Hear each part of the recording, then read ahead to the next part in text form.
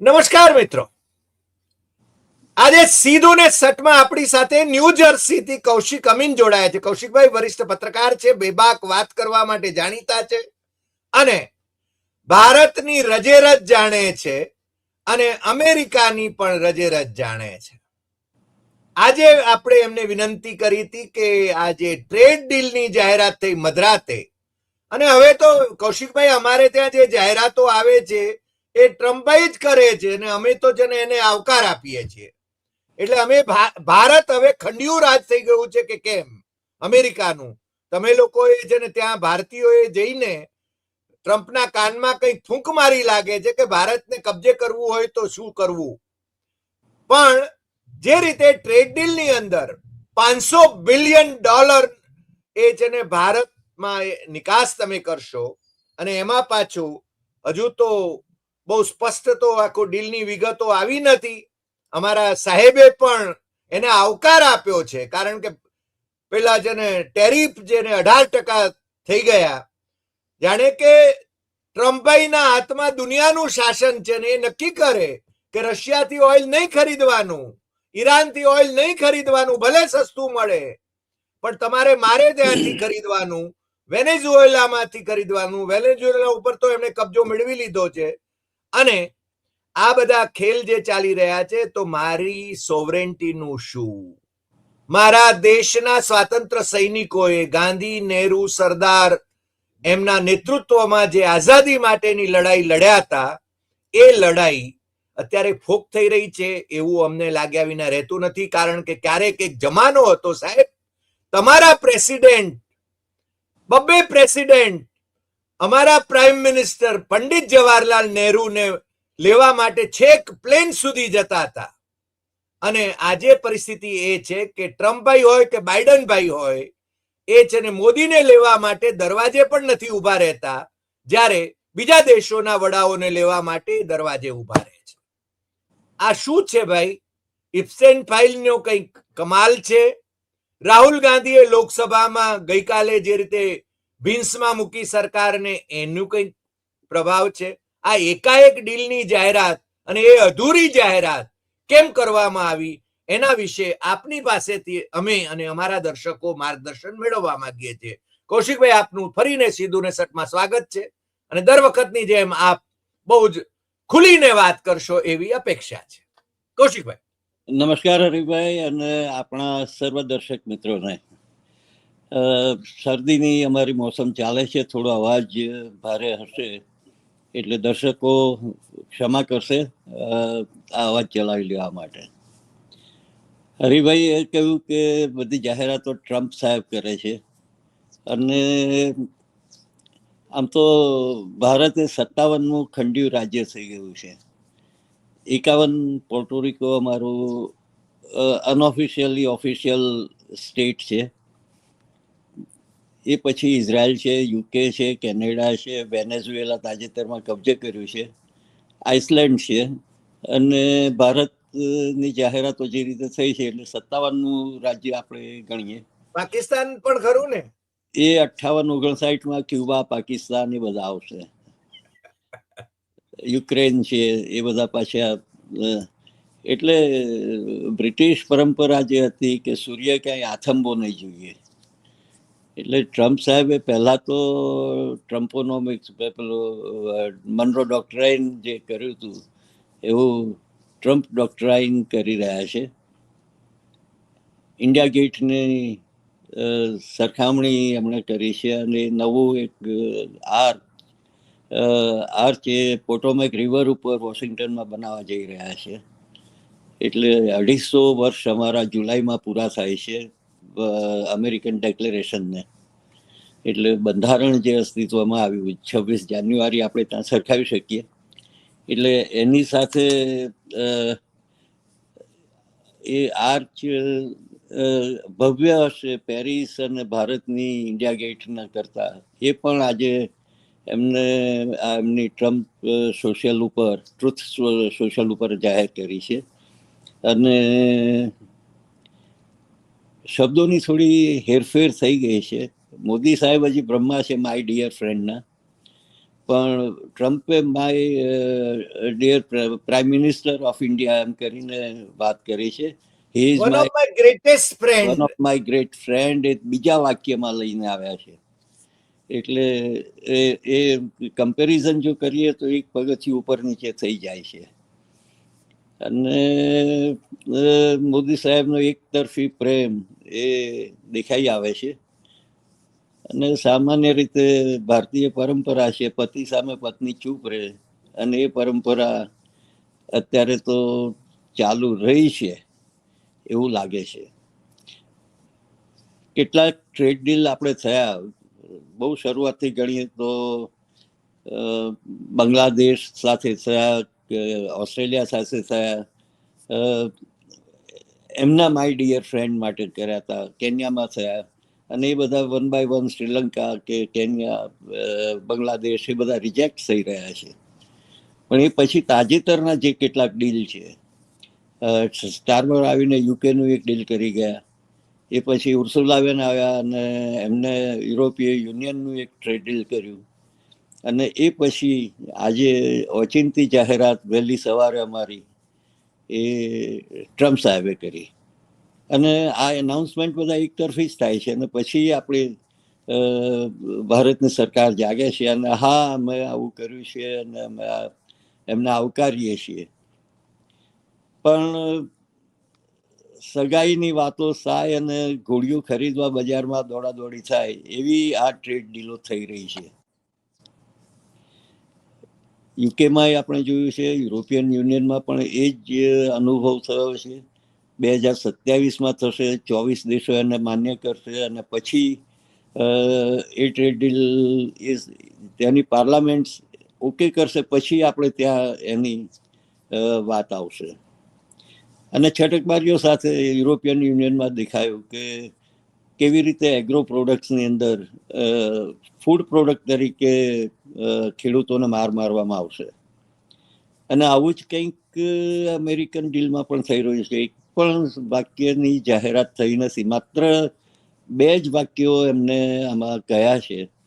એ છે કે એક તો રશિયાથી ભારત ઓઇલ ખરીદી બંધ કરશે, અને એ પણ નરેન્દ્ર મોદીએ હજી રશિયાથી અમે ઓઇલ ખરીદવાનું બંધ કરીશું એવું એમના વાક્યમાં લખ્યું નથી. એટલે કોણ કોને છેતરે છે એ હજી યક્ષ પ્રશ્ન ઉભો છે. અને આ બાજુ બીજી કે વેનેઝુએલાથી સૌથી વધારે તેલ ખરીદશે એ વાત કરી છે. એમને જે ડેફિસિટ છે $500 બિલિયન, $850 બિલિયન વેપાર એમને કરવો છે. $250 બિલિયન, $350 બિલિયન એવરેજ વેપાર એ ઉભય પક્ષે થઈ રહ્યો છે. અને સૌથી મજાની વાત એ છે કે મોટા ભાગની અંદર જેમ યુરોપિયન યુનિયનમાં અમે કર્યું હતું એ રીતે અમેરિકાની સાથેના મોટા ભાગના ટેરિફ ભારત ઝીરો કરી રહ્યું છે. અને ટ્રમ્પ સાહેબે રશિયા ઓઇલ નહીં ખરીદે તો એ 25% કાઢીશ, અને જે 25%ની સરેરાશ પ્રાઇમરી ટેરિફ લગાવી હતી એ ઘટાડીને 18% કરી છે ફ્લેટ. હવે ક્યારથી અમલી કરશે એ અંગે માર્કેટમાં અહીંયા હજી અવઢવ છે, કોઈ જાતના ક્લેરિફિકેશન એને આવ્યા નથી. અને 52 પત્તામાંથી જે છેલ્લા 4 જોકર્સ છે એમાંનો એક અહીંયા આવીને બેઠા છે 5મી ફેબ્રુઆરી સુધી. એ જયશંકર નામના મહાનુભાવ ગઈકાલથી આવી ગયા છે અને 5મી ફેબ્રુઆરી સુધી રહેવાના છે. હવે ટ્રેડ ડીલને અને વિદેશ મંત્રાલયને શું લેવા દેવા છે એ પણ ભારતમાંથી ખબર નથી પડતી કે કઈ સમજથી આવ્યા છે. ટ્રમ્પ સાથે મુલાકાત એમને માગી છે. ટ્રમ્પ સાહેબ કેટલી મુલાકાત આપે છે, શાના માટે આપે છે? પિયુષ ગોયલ વલોણું કરી રહ્યા છે, ગમગમાગમ કરી રહ્યા છે. પણ છેલ્લી વાત છે જે સાવ જુનિયર કહી શકાય એવા ફાઇનાન્સ ડિપાર્ટમેન્ટના સેક્રેટરી રાજેશ અગરવાલ એ આ બધાનું કોઓર્ડિનેશન કરી રહ્યા છે. એટલે સાહેબના ટોપ સેક્રેટરીઓ શું કરી રહ્યા છે એ ખબર નથી પડતી. ફાઇનાન્સ ડિપાર્ટમેન્ટ, રિઝર્વ બેંકથી લઈ અને બીજા બધા વિભાગો ક્યાં સંકલન કરી રહ્યા છે એ કોઈને ખબર નથી. અહીંયા અમેરિકામાં પણ ફાઇનાન્સ ડિપાર્ટમેન્ટે હજી કોઈ કન્ફર્મેશન એમાં આપ્યું નથી. એટલે ટ્રમ્પ સાહેબને એક વિચાર આવ્યો અને એમને જાહેરાત કરી દીધી છે. એમને ચોક્કસ એમના જુનિયરો પાસેથી વાત કરી જ હશે, પણ એમનો પ્રતિનિધિ તમારે ત્યાં જે મોકલ્યો છે સર્જીઓ, જી એ પોતે પડે પડની અપડેટ વોટ્સઅપ પર, સોશિયલ મીડિયા પર કરી રહ્યા છે. હવે આ અને ડિપ્લોમસી અગાઉ એક પણ રેજીમમાં જોવા મળી નથી. કૌશિકભાઈ વચ્ચે થોડીક વાત કરો. આપે જયારે ટ્રમ્પની ટ્વીટની વાત કરી અને ટ્રમ્પે જાહેરાત જે કરી છે એ જાહેરાતની વાત કરીએ. એ ટ્વીટમાં ટ્રમ્પે એવું કહ્યું છે કે 25% થી ઘટાડીને ટેરિફ 18% ભારત ઉપર લાદીશું. આવી વાત લખી છે. અમારે ત્યાંના અખબારોમાં, ઇન્ડિયન એક્સપ્રેસ સહિતના અખબારોમાં 50% થી ઘટીને 18% એની હેડલાઈન કરવામાં આવી છે. એટલે ટૂંકમાં લોકોની અંદર તાળીઓ પડાવવા માટે, કારણ કે પેલો લખે છે 25% થી, કારણ કે એને તો કહેલું કે તમે રશિયાથી મંગાવશો તો બીજા 25%, અને તો અમલમાં આવી જવાની વાત હતી, એમાં તો કોઈ પ્રશ્ન જ નહોતો. પણ ટ્રમ્પભાઈ જે જાહેરાત કરે છે, અને પાછું આપણું એટલે નવી દિલ્હી રાજધાની છે કે વોશિંગ્ટન રાજધાની છે એ ખબર નથી પડતી. તમે લોકો ત્યાં બેઠા છો એટલે તમે કહી શકો. ના, એ તો 57મું રાજ્ય કહ્યું ને, હમ ટ્રમ્પના સ્વપ્નનું 57મું રાજ્ય. હા એટલે વાત એ 25%ની છે. સાથે ઈરાનની પણ એને વાત કરેલી છે આની પહેલા, કે ઈરાનમાંથી પણ તમામ વાતચીતો બંધ કરવાની છે. મીનવાઇલ ભારત સરકારે એક જાહેરાત કરી કે અમે ઈરાનની સાથે વાતચીત નવો દોર ચાલુ કરીએ છીએ. એટલે ક્યાં કયા કોણ શિંગડા ફેરવે છે એ તો સમય જ કહેશે. આજે સાહેબ આ કેવો ધંધો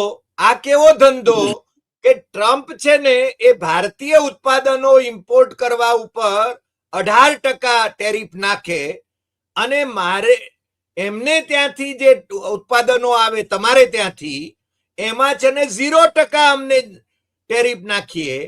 આ ખોટનો સોદો કરવાની પાછળ મોદીનો આશય શું છે? ઇપ્સ્ટેન ફાઇલ તો નથી ને? એબસ્ટેન ફાઇલમાં તો હવે જે વાક્ય સાહેબ ડાન્સ કર્યો અને ગીત ગાયા એ વાક્ય છે એ કદાચ એમની જે આનંદની ઉર્મી જે ઉભરાઈ હશે એનું જ વર્ણન છે. ફિઝિકલી એમને ડાન્સ પણ નથી કર્યો અને એમને ગીત પણ નથી ગાયા, કારણ કે એ કદાચ એને સ્લેંગ તરીકે આપણે લેવું જોઈએ. એબસ્ટેન ફાઇલમાં કોઈ ડરવા જેવું કામ અત્યારે તો દેખાતું નથી. અત્યારે જે પસ્તાળ પડી રહી છે ક્લિન્ટન્સ પર પડી રહી છે. પ્રિન્સ તો નથી હવે, પણ કિંગ ચાર્લ્સના ભાઈ એન્ડ્રુ પર પડી રહી છે. એની પત્નીએ પણ કેટલીક એને ફેમિલીની, એની છોકરીઓની, પોતાની પુત્રીઓની તસવીરો પણ એ એબસ્ટેન ફાઇલમાં પણ મોકલીને શેર કરેલી છે એન્ડ્રુની. અને બિલ ગેટ્સની પત્નીએ પણ કેટલાક સ્ટેટમેન્ટ્સ આપ્યા છે. અત્યારે સોશિયલ મીડિયા પર હજી એ મુકાયા નથી, પણ શી હેઝ ઓબ્જેક્ટેડ ટુ. અને ક્લિન્ટન પણ બંને દંપતી સપીનાને ઓનર કરી રહ્યા છે, કોન્ટેમ્પ્ટ ઓફ પાર્લામેન્ટ એ ન થાય એટલા માટે. એટલે બહુ જ પ્રવાહી પરિસ્થિતિની અંદર આ વસ્તુઓ ચાલી રહી છે. લગભગ 33 લાખ ડોક્યુમેન્ટ, એની પહેલાના 30,000 ડોક્યુમેન્ટ, 2000થી વધારે વિડીયો ક્લિપ્સ અને મોટી માત્રામાં ફોટોગ્રાફ્સ છે. ઘણા બધા ફોટોગ્રાફ્સ હજી પણ બ્લેકઆઉટ કરેલા છે, એને ખોલાયા નથી. એ સિક્યોરિટી અને બીજા રીઝન્સના લીધે એ હોલ્ડ કર્યા છે એવો દાવો પણ ટ્રમ્પ એડમિનિસ્ટ્રેશન કરે છે. હવે કોર્ટ કેટલું સ્ટેપ લે છે, અથવા તો અમેરિકાની કોંગ્રેસ કેટલું સ્ટેપ એમાં આગળ જાય છે, એ જોવાનું રહે છે. આપણા ગુજરાતી મૂળના ન્યુયોર્કના મેયર મમદાની, એમના માતા પણ કેટલીક પાર્ટીઓમાં, મીરા નાયર, એ ઉપસ્થિત રહ્યા હતા. એ બધી વાતો પણ એમાં વણાયેલી છે. અનિલ અનિલ અંબાણી પણ ભારત ના શાસકો વતી ત્યાં આગળ છે ને વાત કરવા માંગતા હતા, એની મારફત એ પણ આવ્યું આજે પેલા એટલે email. બ્રોકર તરીકે અનિલ અંબાણી ઉદ્યોગપતિમાંથી મટીને પાવર બ્રોકર તરીકેનો રોલ જે રીતે હરદીપ પુરી સાથે કર્યો, હવે એ પાવર બ્રોકરમાં એમને સ્ટેપ્સ ફોલો જેફરી એપ્સ્ટાઇનના કર્યા છે કે નહીં, એ પાછું બીજો સવાલ ઊભો થવાનો છે. કારણ કે અનિલ અંબાણીના કનેક્શન્સ પણ છે, પણ એ હું માનું છું કે જો એવા બધા કંઈ હોય તો એ પણ ચિંતાનો વિષય છે. એક ડિપ્લોમસીની અંદર બિઝનેસના માણસો એ પોતાનો હસ્તક્ષેપ કરે, અને આ 3 ફેમિલી તો એમાં જાહેર રીતે ભારતની અંદર બધું નક્કી કરી રહ્યા છે. બજેટ્સની રીતે હમણાં જુઓ તો પણ Sitharaman is dominated by this business group. એ ચોખ્ખું જોઈ શકાય છે. ભારતમાં ગરીબોનું અસ્તિત્વ જ નથી. 85 કરોડ 5 કિલો અનાજ એ અધ્યાહાર રહેશે, મનરેગા અધ્યાહાર રહેશે. મોદી કહે છે મેં વિકાસ કર્યો, 25 કરોડ લોકોને ગરીબી રેખાથી ઉપર લાવ્યો, ને પણ 82 કરોડ ને હું છે ને 5 વર્ષ સુધી મફત રાશન આપવાનો, એટલે એ ગરીબ નહીં. એ છે 100 સ્માર્ટ સિટીનું શું થયું? છેલ્લા 15 વર્ષથી ફાંકા આપણે સાંભળીએ છીએ. અને તમને ઇન્દોર અને ગાંધીનગર જેવી પીવાના પાણીની સમસ્યાઓ છે. લોકો ટાઇફોઇડથી પીડાય છે, ફૂડ પોઈઝનથી મરે છે, પીવાના પાણીથી મરે છે. એ આ વિકાસ કયો? ઇન્દોરના વન ઓફ ધી સ્માર્ટેસ્ટ સિટીમાં એમને મૂક્યું હતું. યસ. અને ગાંધીનગર તો મુખ્યમંત્રીની છત્રછાયા હેઠળ છે ગુજરાતના. તો ત્યાં શું ચાલી રહ્યું છે કોઈ નિયંત્રણ જ નથી એવું લાગી રહ્યું છે. સાહેબ પાછા ટ્રેડ ડીલ ઉપર આવીએ. આ ટ્રેડ ડીલ ની વિગતો ક્યારે જાહેર થાય એમ તમને લાગે છે કે ગોપિત જ રહેવાની છે? સાહેબ હજી તો the answer is blowing in the wind. તમે કહ્યું કે સગાઈ થઈ અને ચર્ચા ચાલે છે, સગાઈ થઈ નથી હજી. અચ્છા, સગાઈની ચર્ચા ચાલે છે. અને એ પહેલા ઘોડિયાની ખરીદીની તૈયારી છે. હા, એટલે તો પછી આને આ ટ્રેડ ડીલ ને ગણવું શું? અત્યારે તો ક્યારથી 18% પણ ક્યારથી અમલી થશે ખબર નથી. વેનેઝુએલામાંથી ખરીદીની વાત છે, ત્યાં સુધી વેનેઝુએલામાંથી તો છેલ્લા કેટલાક વર્ષોથી ભારત સેકન્ડ હાઈએસ્ટ ખરીદી કદાચ વેનેઝુએલાથી કરી રહ્યું હતું. અને એમાં હવે કયા ભાવથી નક્કી થાય છે, કારણ કે એમાં મધ્યસ્થી વેનેઝુએલા અમેરિકાએ ટેક ઓવર કર્યું એ પછી તેલનું જે વેચાણ થવાનું છે એના ભાવ નક્કી કરવાનો અને એનો હિસાબ રાખવાનું કામ કતાર કરવાનું છે. ત્રીજો દેશ કરે છે, કતારના કંટ્રોલમાં છે. એટલે કતારની સાથે હવે નવા ડીલ કેવી રીતે સેટલ કરે છે એ ચર્ચા હજી બહાર સરફેસ પર આવી નથી. એટલે ભારતના કતાર સાથે સંબંધો સારા છે. કતાર તો આતંકવાદીઓ સાથે સારા છે અને બધાની સાથે સારા છે. ડેમોક્રેટિક કન્ટ્રીઝ સાથે પણ સારા છે. એ મીડિયેટર તરીકે એક સારું પ્લેટફોર્મ નિભાવી રહ્યું છે. કતારના માટે વાતચીતનું એક ટેબલ સ્પેસ પૂરી પાડે છે એ ડેફિનેટલી સ્વીકારવું જોઈએ. અને કતાર સાથે ભારતના જે સંબંધો છે એ જોતા કતાર કેટલું ફેવર કરે છે ભારતને અમેરિકાની સામે, એ હજી આગામી સમયની અંદર આપણે જોઈશું.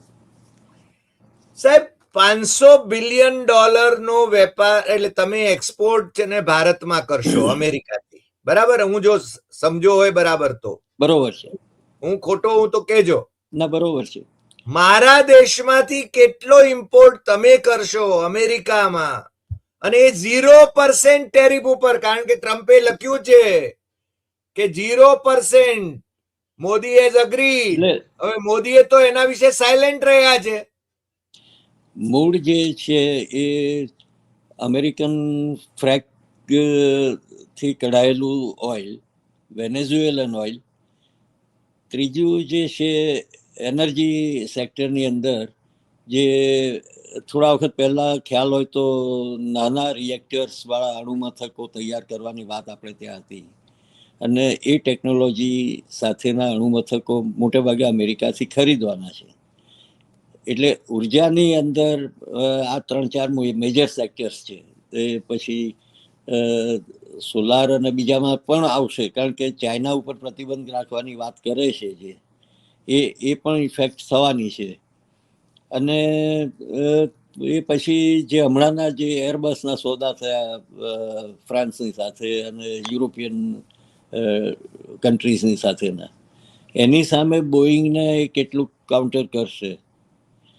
બોઈંગ ઉપરાંત હેલિકોપ્ટર્સ છે, આર્મી ડિફેન્સના અને એના જે મિસાઇલ્સ અને બીજી ટેકનોલોજી સાથેની શરતો છે. એટલે 500 બિલિયનથી તો વધારે સોદા કરવા પડશે ભારતે. એની પાસે બહુ મોટા ઓપ્શન્સ નહીં રહે. જે ઓપરેશન સિંદૂર વખતે જે રફાયેલ અને એની વાતો આવી હતી, એની સામે ફાઇટર જેટ્સ અથવા તો બીજા વિમાનો, એ બધાની વાતો પણ કાઉન્ટર પ્રોડક્ટમાં આવવાની છે. અને બેલેન્સ કરવામાં યુરોપિયન યુનિયન સાથે બેલેન્સ કરવાનું ફ્રાન્સ એ બધા એનો ભાગ છે, પણ બ્રિટન સાથે પાછું જુદી રીતે એને બેલેન્સ કરવું પડશે. બ્રિટન યુરોપિયન યુનિયનનો ભાગ નથી, એટલે બ્રિટન એક્ઝિટ થઈ ગયું છે એમાંથી. યસ. એટલે આ કોમ્પ્લિકેશન જે છે, એટલે મૂળ જોઈએ તો ભારત એક સુકાની વગરના વહાણની જેમ દરિયામાં મધદરિયે અટવાઈને ફાવે તે દિશામાં જઈ રહ્યું છે એવું લાગે છે. વિદેશ નીતિ તદ્દન નિષ્ફળ ગઈ છે એમ કહીએ તો ચાલે. પડોશી પણ દેશ સાથે આપણે ફાવતું નથી. વિશ્વની અંદર પણ જેની સાથે માય ડિયર ફ્રેન્ડ કહીને જે વાત કરવાની છે, એ બધા જ મિત્રો એમને દબાઈ રહ્યા છે. પુતિન જેવું જે લોંગ ટર્મ એસોસિએશન હતું એની સાથે આપણે દગો કરી રહ્યા છીએ. અને બીજી બાજુ અમેરિકા, પાકિસ્તાન અને ભારત સહિતના બધા દેશોને રમાડી રહ્યું છે. એક્ઝેક્ટલી, હું એના એ પ્રશ્ન ઉપર જ આવતો હતો. હા, કે પાકિસ્તાન સાથેના અમેરિકાના સંબંધો, મુનીરને ભોજન ઉપર બોલાવવો. બીજું તમે સ્ટ્રેટેજિક જુઓ કે ડિયેગો ગાર્સિયા શ્રીલંકાની બાજુમાં છે ટાપુ, એ પાછો મોરેશિયસને સોંપી દેવાની વાત થઈ રહી છે, જે મૂળ માલિકી ભારતની ગણી શકાય. એની અંદર આપણે ચૂપ છીએ. અને પછી જે ચીનની સાથેના સરહદના વિવાદો, અરુણાચલ, લડાખ કે બીજે બધે છે, એ વિવાદોની વચ્ચે ક્યાં રસો કેવી રીતે કાઢીશું. હું માનું છું કે ભારત સખત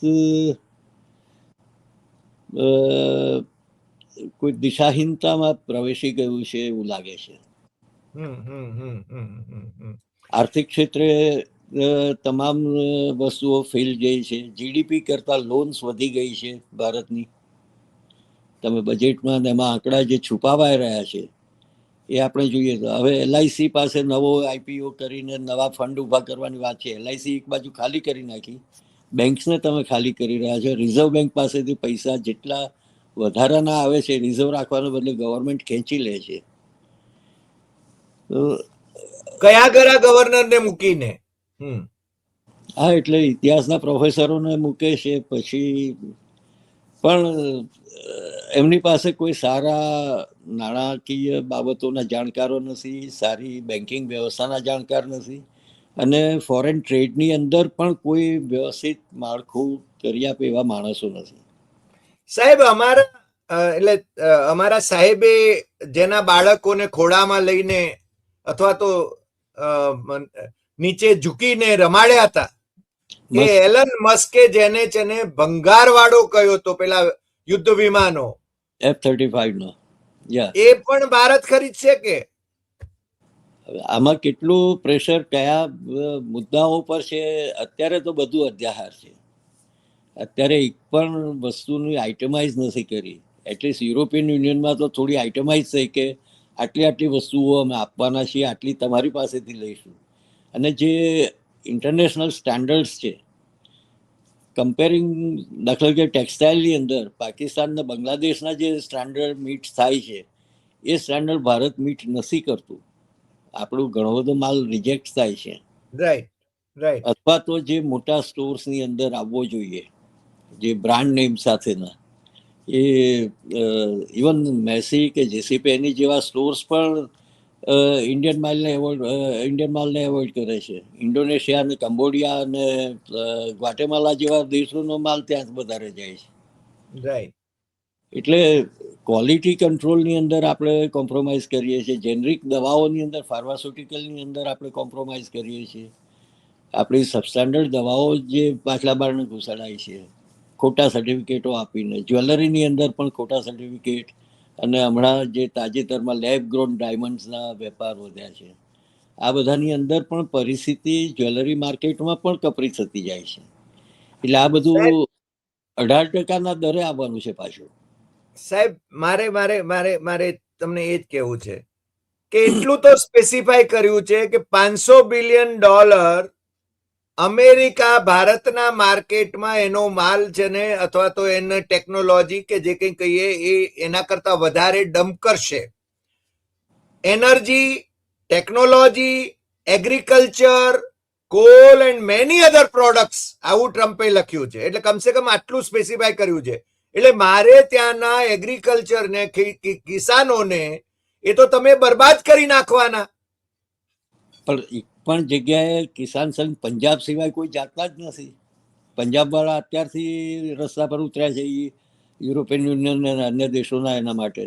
કારણ કે સોયાબીન, મકાઈ, કપાસ, આ 3 એ મેજર સેક્ટર છે. એ ઉપરાંત જીનેટિકલી મોડિફાઈડ બિયારણો ભારતની અંદર અત્યારે કોઈ પણ જાતનો, ખેતીના ક્ષેત્રે પણ જુઓ તમે, તમને શુદ્ધ બિયારણ મળતા નથી. ખાતર પણ ડિફોલ્ટ મળે છે.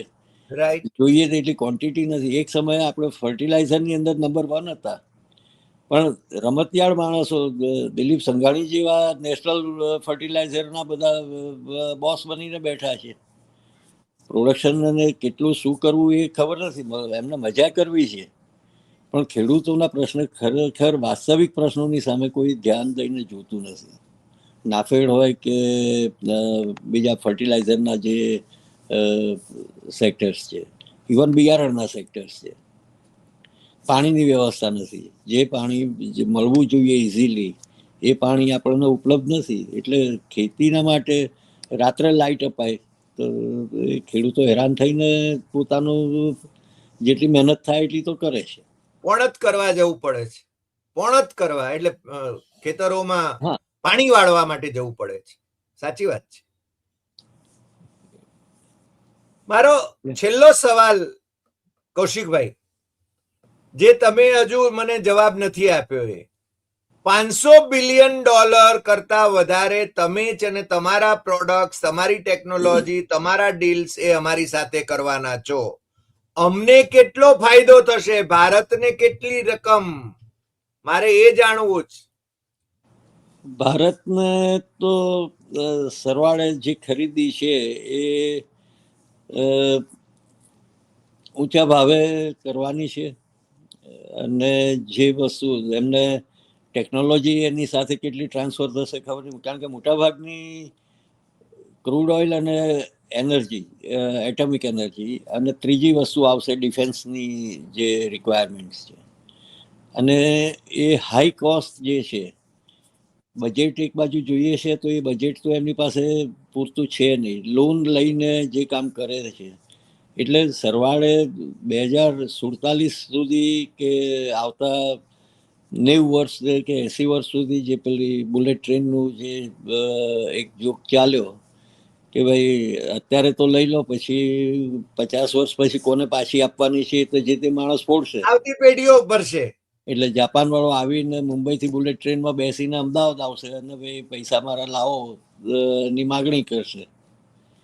એટલે એ પરિસ્થિતિ થવાની છે. 50 વર્ષ પછી કેટલી જવાબદારીઓ વધારતા જઈએ છીએ. અત્યારે કમ્પેરિંગ અમેરિકાના જે પર્સન્ટેજ દેવું છે એના કરતાં ભારતનું દેવું પર્સન્ટેજની અંદર અમેરિકાને ક્રોસ કરે છે.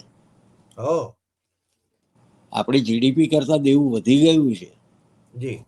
એટલે સૌથી મોટી ચિંતાનો જે વિષય આવવાનો છે, 80-85 કરોડ ને બીજી બાજુ 140+ થતા જાય છે. કારણ કે નિયંત્રણ આપણે ત્યાં રાખતા નથી. ચીને એ વસ્તુમાં નેગેટિવ વસ્તી વધતી હતી, એની અંદર એ લોકોએ આકરા પગલાં લઈને વસ્તી વધારવાની વાત કરી છે. રાઈટ. આપણે ત્યાં વસ્તી વધે છે, સામે એમ્પ્લોયમેન્ટ નથી, સર્ક્યુલેટ મની વિધિન માર્કેટ થતો નથી. જે જી. બેઝિક રિક્વાયરમેન્ટ છે એટલી થતી જાય છે, પણ છતાંય જાહો જલાલી દેખાઈ રહી છે ભારતની અંદર. એટલે સાહેબ ભારતના ગરીબોએ તો સહન કરવાનું છે. કોઈ ગરીબી નાબૂદી યોજના નથી. સાહેબી છે ને આ લોકો જ કરી રહ્યા છે. જેમ કે બજેટ આવ્યું તો અદાણી અંબાણી અને વિદેશીઓને માટે જ જાણે કે હોય એવું લાગ્યું, અને દેવાના ડુંગર ખડકાઈ ગયા છે. આપે કહ્યું કે જીડીપી કરતા પણ જેને દેવા વધી ગયા છે, એટલે દેવું કરીને ઘી પીવાનું એ મોદી સાહેબને ફાવી ગયું છે. અને તળિયા ઝાટક થઈ ગઈ તિજોરી, તો પણ દેવું લોન ક્રિએટ્સ લોન, અમે ઇકોનોમિક્સમાં આવું કંઈક ભણતા હતા, એ જ વાત છે ને ભારત સરકારની અવસ્થા છે. એટલે આ ટ્રેડ ડીલ ભારતના હિતમાં રહેશે કે કેમ એ મોટો સવાલ છે. હા, મનુસ્મૃતિના વારસદારો છે એટલે ચાર્વાકનું વાક્ય દેવું કરીને ઘી પીવાની તો વ્યવસ્થા રાખેલી જ છે. કૌશિકભાઈ, આજે આપ અમારી સાથે જોડાયા અને વિવિધ વિષયો ઉપર અને ખાસ કરીને ટ્રેડ ડીલ ઉપર જે વાત આપની એક્સપર્ટ કોમેન્ટ્સ અમને મળી, મને લાગે છે ભારતે અને ભારતીયોએ ચિંતા અને ચિંતન કરવાની જરૂર છે કે આ દેશ દિશાહીન અવસ્થામાં કેમ છે, અને સુકાની વગરના વાણની જેમ દરિયામાં ફંગોળાયા કરે છે. ટ્રમ્પભાઈ નક્કી કરે છે, અને કૌશિકભાઈએ તો એટલે સુધી કહ્યું કે ભારત એ અમેરિકાનું 57મું ખંડિયું રાજ હોય એવી સ્થિતિમાં આજે પહોંચી ગયું છે.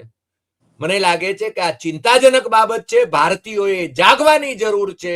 લોકશાહી અને બંધારણ માટે અવાજ ઉઠાવવાની જરૂર છે, કારણ કે આ પ્રકારની માનસિકતા વાળા શાસકો એ આપણા દેશના હિત કરતા અહિત વધારે કરી રહ્યા છે. એટલું તો આ ચર્ચા ઉપરથી ફલિત થાય છે. કૌશિકભાઈ, આપ અમારી સાથે જોડાયા એ બદલ આપનો ખૂબ ખૂબ આભાર. ફરી મળીશું નવા એપિસોડમાં નવા વિષય સાથે. નમસ્કાર. નમસ્કાર.